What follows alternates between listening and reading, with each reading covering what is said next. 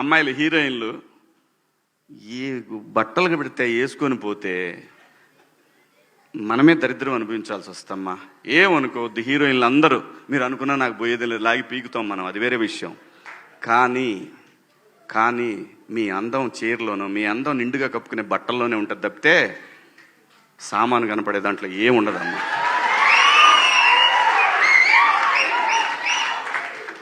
అవి వేసుకున్నంత మాత్రాన చాలామంది చూసినప్పుడు నవ్వుతూ అంటారు, కానీ దేద్రముండ ఎలాంటి బట్టలు ఎందుకు వేసుకుని కాస్త మంచి వేసుకోవచ్చుగా, బాగుంటావు కదా అనాలనిపిస్తుంది లోపల.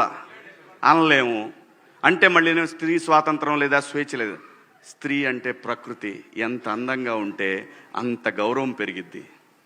ఈ ప్రకృతి అద్భుతంగా ఉంటుంది.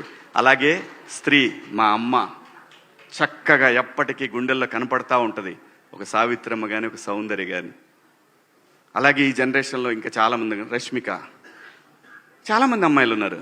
వీళ్ళందరూ ఇంపాక్ట్ క్రియేట్ చేశారు కాబట్టి అమ్మటే చెప్పగలుగుతున్నాం. గ్లామర్ అనేది ఒక దశ వరకే ఉండాలా, ఇంతవరకు ఉంటే పర్లా, అది ఇక్కడికి రాకూడదు. నేనేవాళ్ళే కానీ చెప్పడానికి మళ్ళీ అందరు రేపు పొద్దున పెద్ద పెద్ద వాళ్ళంతా బయలుదేరతారు, మాకు స్త్రీ స్వేచ్ఛ లేదు. స్వేచ్ఛ అనేది అదృష్టం. ఆ స్వేచ్ఛని కోల్పోవద్దు. మన గౌరవం ఎప్పుడు పెరుగుద్దంటే మన వేష భాషల నుంచే మన గౌరవం పెరిగిద్ది. అందులో ప్రపంచ వేదికల మీదైనా సరే చీర కట్టుకున్న వాళ్ళకే విశ్వసుందర కిరీటాలు వచ్చినాయి. Thank you so much.